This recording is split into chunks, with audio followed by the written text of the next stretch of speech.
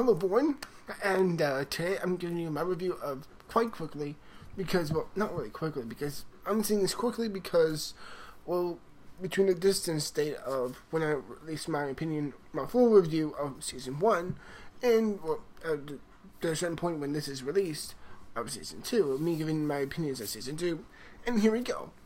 In Season 2 of Avatar: The Last Airbender, it kind of continues off, but, you know, she's Korra and her friends, Mako Bolin, and all the others are in the Southern Tribe, but her father, essentially, who is Torak, his name is Torak, him and his brother are kind of got war with each other, because his brother, Unalak, is from the Northern Tribe, Unalak kind of like the North Pole, South Pole type of thing, whatever. And essentially they're at war, but Unalak is also after some kind of spirit realm, and that essentially doing some kind of weird confusion of it. Our three main characters are kind of divided. Mako, I believe. No, wait. Yeah, Mako is off, like, in trying to conspire against something of, trying to essentially expose someone. I forgot his name. The person who's kind of sponsoring his brother, Bolin, because Bolin becomes an actor in this season, and, Mako is much more focused on his police side of things. And yet, during this, Korra, some kind of weird type of way, gets swept away into the spirit world realm. Well, actually, essentially, she kind of gets knocked out, and she loses her memory for a bit. And then kind of like the Fire Tribe, essentially, a part of the Fire Tribe Islands, finds her, and they connect her with the very first spirit. Well, not the very first spirit, the very first Avatar himself, Ron. And then through that, she realizes her complete mission, not only that itself, but through the franchise, but through the whole arc of this season, it's all about how she connects with her past, and how it plays such a pivotal, important role, and how she deciphers the fate of the Northern and Southern forces together and fighting together, and how to get Earth Kingdom Temple, or, god damn it, I keep forgetting that place, that type of city place where it's called. Also there's a character named Varric, who is kind of a friend Bolin, or Mako at least. That's part I forgot about. But essentially through that, Unalak, who is part of the Northern Tribe, he tries to get, connect with the spirits and get us connected with the past of Korra being trapped in the spirit realm and connecting with Ron. Yeah, I know.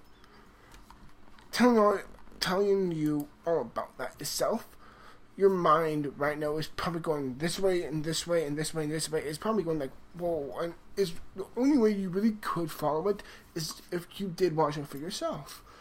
Because as a whole, and recapping and rethinking all about that, I'm like, yeah, to me at least makes sense because I watched that. But for me, sitting here, and her cousin, or at least another, her mentor, Tenzin, she kind of shuns him away, and she says, you're not my, she's like, you're not supposed to be my mentor anymore, I don't need you anymore, I want to be part of someone else, at least. And Tenzin's daughter, Janora, tried to part of this in the story. To say what I think of the season as a whole is this. I think it's better than the first season, but I think it, as weirdly enough, I'm gonna say this. I think it's better than the first season, but I think it suffers more flaws. Weirdly enough. I think it's more entertaining, it's more fascinating, and I think it gave me, at least in my perception, a bit more, I'm sorry for the noise in the background, at least a bit more of the more in-depth world of how much freshness, oh my god, so much in-depth and flavor and completely unique type of layers towards it. Like when you go back to the point where you discover Ron, who is my favorite character in the series. I love the character Ron so much. Seriously, to me, Ron is my favorite character. Even though we got to see like 2 episodes of him at least, I would honestly say even then I'd be like an episode and a half, to be very honest.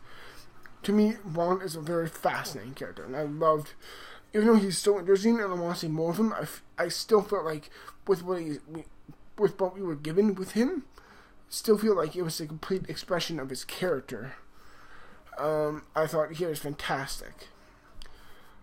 The story, I think, even though it was more fascinating and there's more greater stakes involved, I think it's much more convoluted and much more confusing than it really is. And when, yes, I know you may say, no, I may say, well, in the end of it all, it makes sense, yes. But your mind's still like, and just literally explaining the story to you guys makes the hamster that keeps my brain going, makes it kill himself. It's like, don't know what to do.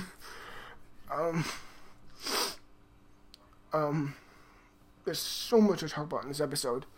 There's some stuff with, her, Korra and Bolin.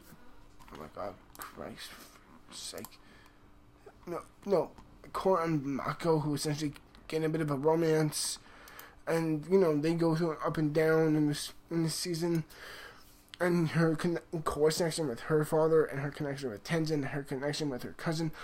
It really not only doesn't pay so much great attention to her, but knows to divine itself aside to pay attention to other characters.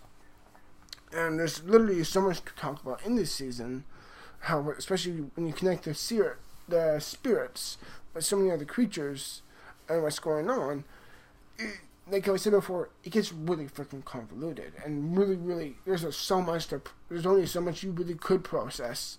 Like at one point, after I think it was like the 5th episode, I believe, I'm just like, I should take a break at least. And I will say, at a certain point, I kind of did stop caring, like I think it was like episode 3 or 4 at least, when it was starting to focus on Mako and Bolin and their sides of the story. I just couldn't care less. I really couldn't care. I didn't give a damn, really. Well, I wouldn't say I didn't care. If anything, that may be me being too brash. Honestly, I may be being too brash. But I will say, it definitely felt like it was deteriorating. It's like, it definitely wasn't the most fascinating part of the story. Like, for me, it always was with Korra, as it should be. She's the main character, and I understand, you're gonna balance it out, but come on. It's like, if you know your strongest suit, stick to it, at least. It's weird. So so you may ask me, is this a better season than the first? I think it's more unique. I think it's more uniquely structured. I think there's more, and I will say, it definitely adds more layers and more depth and more diversity into the world, especially with those really cool lion turtles.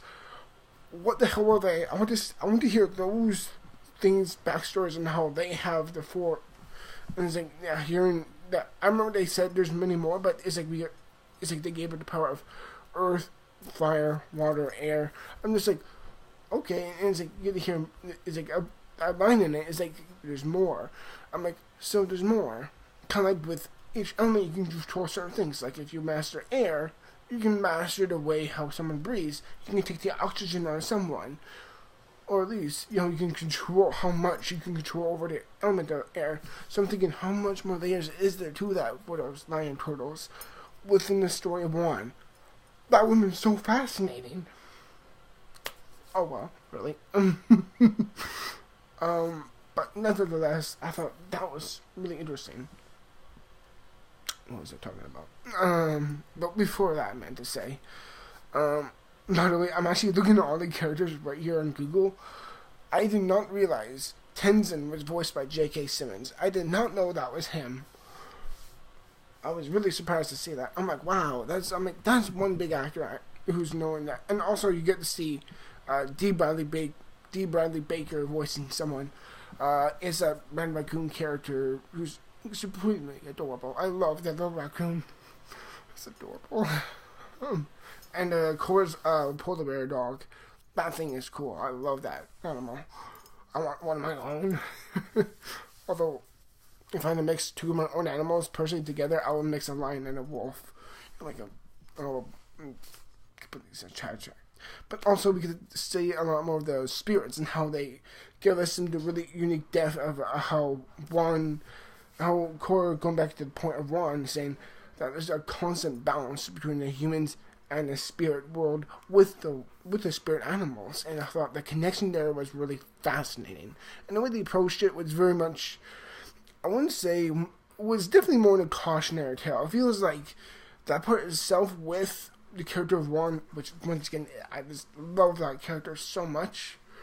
To me, it really felt like something out of a Brothers Grimm story. It really felt really unique and very vivid and rich. I'm like, that was really something, because there's so much in this that is clearly inspired from Eastern philosophies and music and all that type of stuff. But to hear, or at least to get the type of folklore within this that kind of feels a bit more Western, that you hear in more Celtic or at least more Germanic stories with that. You know, like with the Brothers Grimm type of story, I compared it to at least. I felt like that was a really unique type of twist, or at least a unique flavor, how it added that much a layer of depth and diversity within the world. And I thought that was so clever, in my opinion. And, yeah. And as in the end, you know, some more convoluted, more confusing stuff happens that I can't fully explain here, at least. All I can really say about that is just check it out however which way you can, either through the internet, or your local library, or whatever the hell. But really, you gotta check it out, because I can't do it justice. I will, for the first time ever talking here through my YouTube account, I will fully admit I cannot bring it justice. I'm really at a loss for words of how confused and yet how fascinating it was.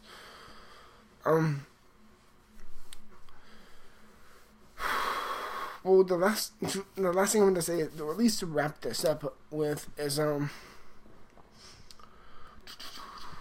really fucking tired. I'm really tired. It's like, really like 9:30 at night. Oh well. This is being recorded the day before. This is going to be uploaded on Thursday of this Wednesday. I'm making this Wednesday, but, okay, the big real kind of, you know, like the big reveal, essentially, because when I said my first season review is, you know, spoilers. Something happens with Korra and how she connects with the previous past, as the Avatar, and how Udalak connected with, oh my god, that flying weird symbol thing that's blue and red with the white center on its chest like that. It sounds very weird, I know.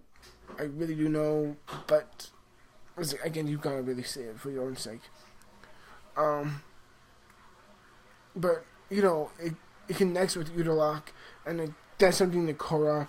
It's just like, and kind of like, what's happening here? And it just severs it all away. It's like your connection with all your spirit and soul lives cut away. It's like your connection with Aang and all these other avatars that came before you, gone. And I'm just like, can't be. You can't be. Oh my god. Like, that for me was probably the most heartbreaking moment for me. I'm just like, fuck, no, you couldn't do that. You son of a bitch. And for me, it pains me to see that she's the last one. Or maybe it should be like the Darth Bane of Avatar. If you don't know Darth Bane, he's a character from Star Wars who kind of changed the organized way of the Sith Order, changed it from a unique way to the World 2, yada yada, explain that. So I'm kind of thinking maybe, you know, it's, you know, like, there was the era of one, now it's kind of like the age of Korra, you know.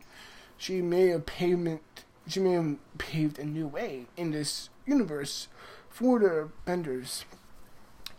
And essentially, in the end, she defeats the big villain, and yeah, peace probably ensues through. But as a whole, wow, what's this weird? I wouldn't say it's messy, but it's so much to take in. With so much, not just coming from the main center of the character of this vocal chamber of the main characters herself, but all the other characters coming in. And you're just kind of going,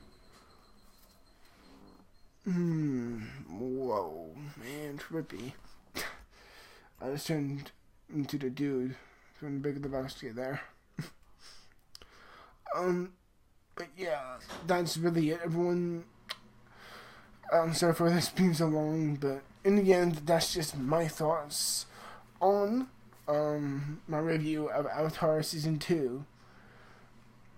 And yeah, I will see you in the future, which, by the way, I will be making, during then, I am going to see the movie Warcraft, and I will have a review for that sometime soon. I guarantee that for you guys. Till then, everyone, thank you very much for watching. I'll see you in the future for more videos as always. Till then, goodbye. And remember, be water, my friends.